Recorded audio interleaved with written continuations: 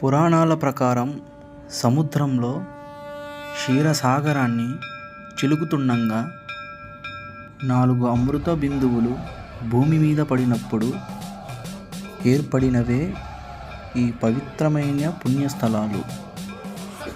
ఆ పుణ్యస్థలాలు ఏవి అంటే హరిద్వార్, నాసిక్, ఉజ్జయిని, ప్రయాగ్.